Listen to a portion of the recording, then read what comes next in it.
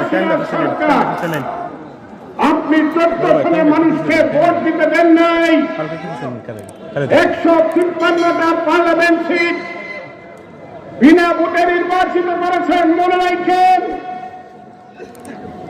2018 সালে ব্লাফ দিয়ে আমাদেরকে ইলেকশনে নিয়েছিলেন, নিয়ে আপনি দিনের ভোট রাইতে করছেন, নিশি রাইতের এমপি বানাইছেন।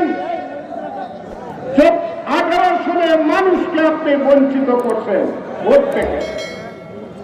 আর 7ই জানুয়ারি 24 সাল আমি আর দামির ভোট করছেন। কোন মার্কা না, সব মার্কা ছিল হাসিনা মার্কা।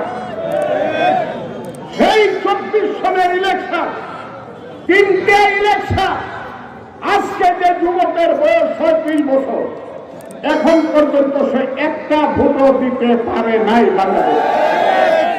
সেই ভোটটা আমরা দিতে চাই। আমরা যে স্লোগান দিছি 3 তারিখে আগস্টে, কি স্লোগান? এক দফা। বলেন তো স্লোগানটা কি? এক দফা এক দাবি।